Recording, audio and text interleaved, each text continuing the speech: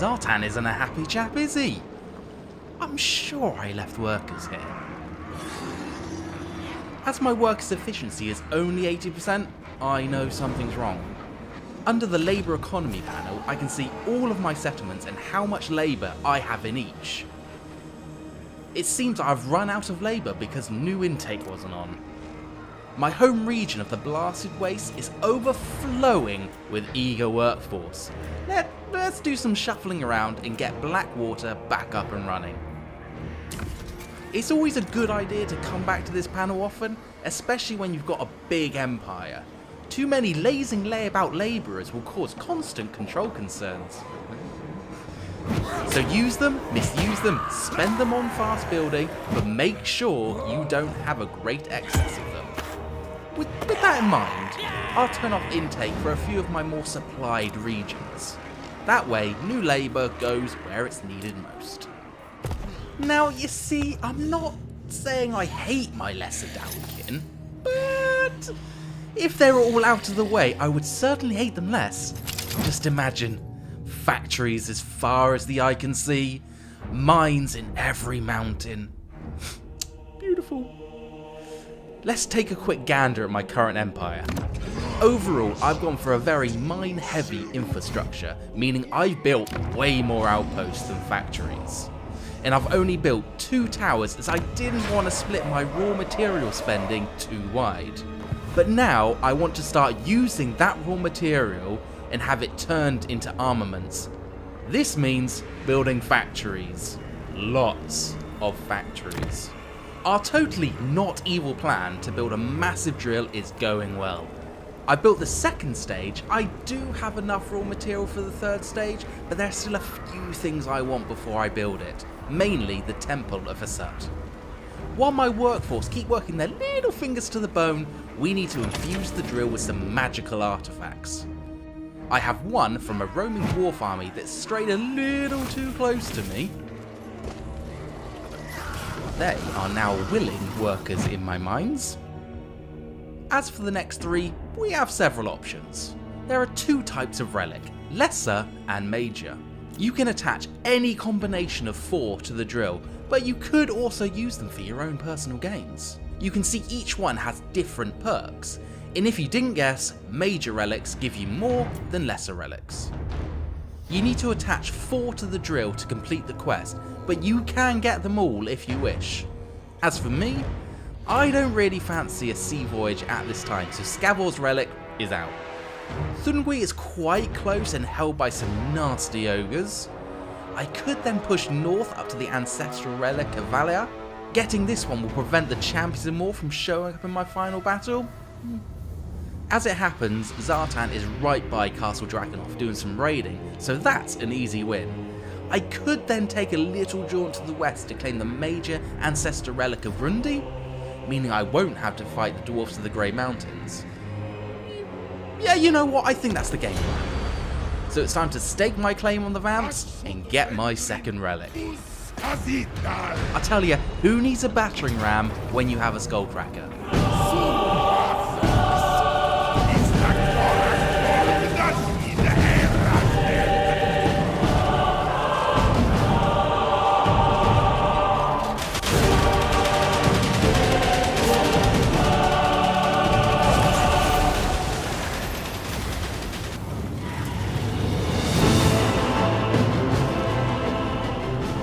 Zhatan loves getting his axe messy, so he will charge headlong into the defenders on the wall, while Pitek will cause as much damage as possible with spells.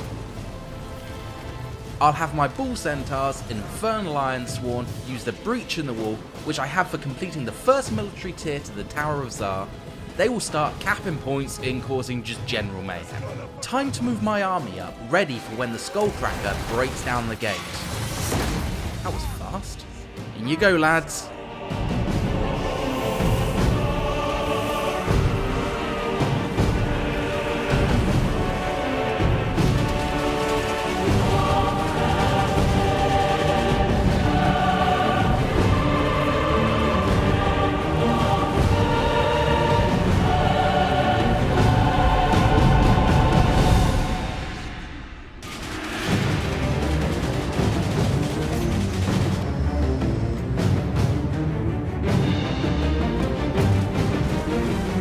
rest is simple. Flood the city with troops, capture the points, wipe out any form of resistance, and it's game over for the vamps.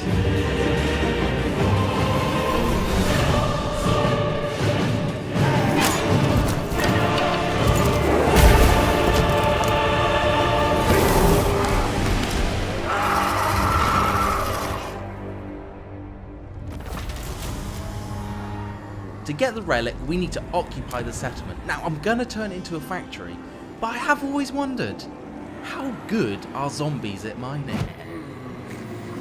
Yeah, that's kind of what I thought. Factory, definitely the right choice. I'll take the relic and turn all of Sylvania from a vampiric hellscape to an industrial hellscape. I may as well upgrade it to a level 3 factory while we're here. Yeah, don't think I don't see you there, Wagner. Karak Kadin would be an easy target for him, and as it's one of my few high-level factories, I don't really want to lose it, but I have a little trick I can utilise as the Chaos Dwarfs. All I need is money, labour, and a lack of conscience. I will build the guardhouse, then with my excess workforce I will instantly build it, rinse and repeat. Now that should stand against Pointy Tooth and his merry band of brainless followers. Our second lord, Zul, has been gleefully burning the Eastern Blast, providing us with a ton of labour and raw materials. I may move him south to help Zhatan, but for now, he can continue to sack settlements and bring in more labour.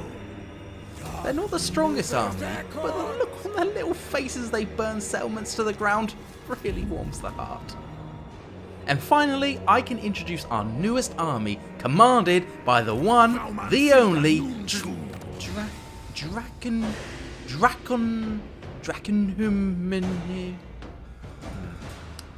Yeah, I'm not doing that. I think Mr. Ballbreaker will do. He will be marching north to claim the relics held by the ogres. Off you go on your merry way. And with that, we can end turn. It looks like Wagner wasn't quite put off by our garrison. Thankfully, we put ourselves in a position where if we sally out and meet him, we should be able to take him on.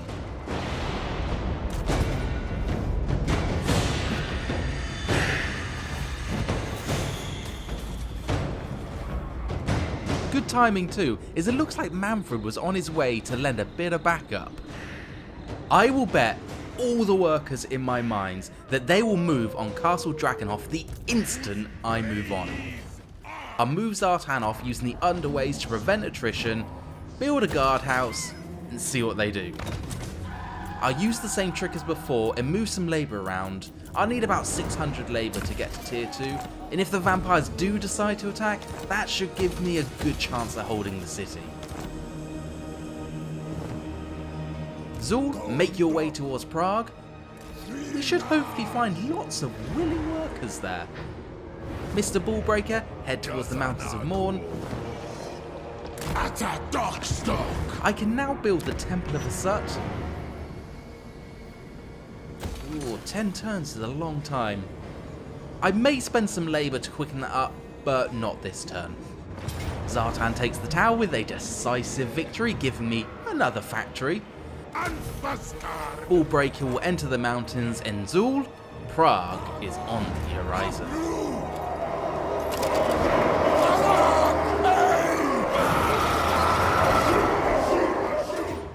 Right, yeah, here we go. We've been attacked by Ostland.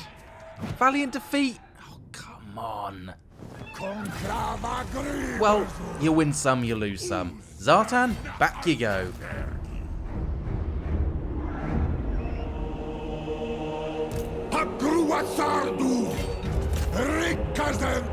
Well, that's disappointing. A much easier fight than I hoped for. Let's just auto-resolve this one. Should I turn Prague into a factory? Yes. Yes, I should. More factory means more armaments. And high quotas will work really nicely here. Ballbreaker keeps going north, crossing into ogre territory. And I think I'll start on the drill now, as it may take several turns. I will also turn intake back on for the blasted wastes, and quickly build the temple. It puts my overall efficiency down a little, but it's easily sorted. We can send out a convoy to get some more labourers. It's like playing whack-a-mole. Having taken Zhatan out of the tower, the Vamps has now taken that too. I think the Empire and Vampire Counts have this strange alliance going on that I don't know about. Ah, they only sacked it. Let's go ahead and take back Castle Drakenhof, and then time to clear out this area. Zharr, you can head south via Kislev and attack the Drakenhof Conclave from the north. Mr. Ballbreaker, kill those ogres and get our third relic. Let's do some quick mopping up. DJ, give me some music.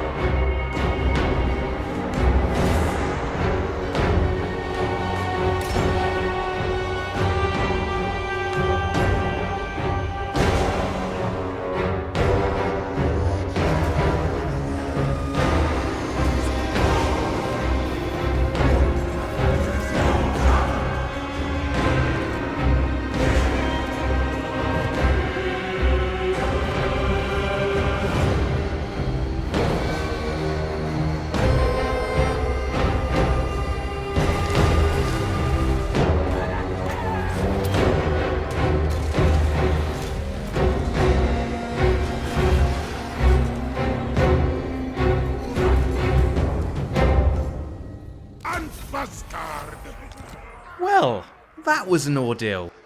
We won, we lost, we loved, we stabbed vampires through their hearts. Several turns later, I have secured Sylvania and crippled Ostland. Mr. Ballbreaker has been killing ogres, but he has taken a bit of a beating of his own. Time to pull him back and regroup.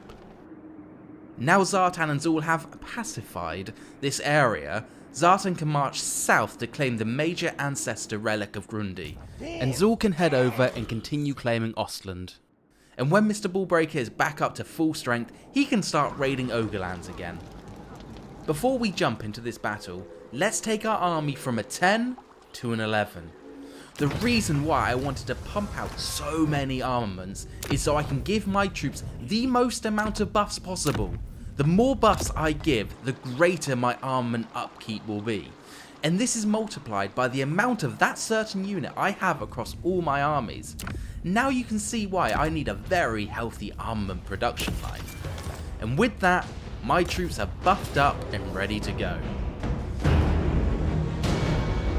Well, this doesn't look too difficult, but you know there'll be reinforcements.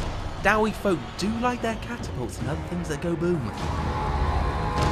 I'm going to try a wide checkerboard formation with the bull centaurs on the flank. Zhatan, Pituk, you know what to do.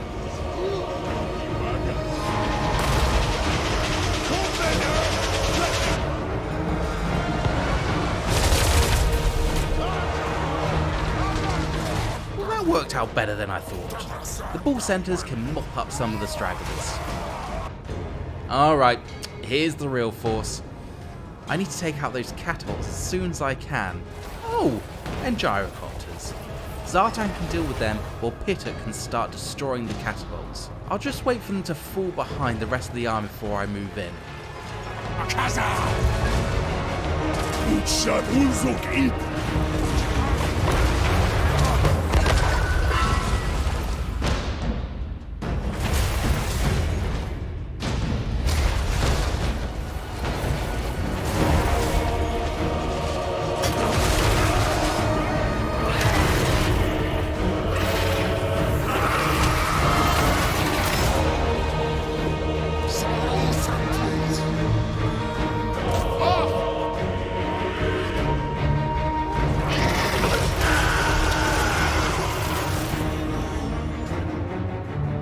And there we go.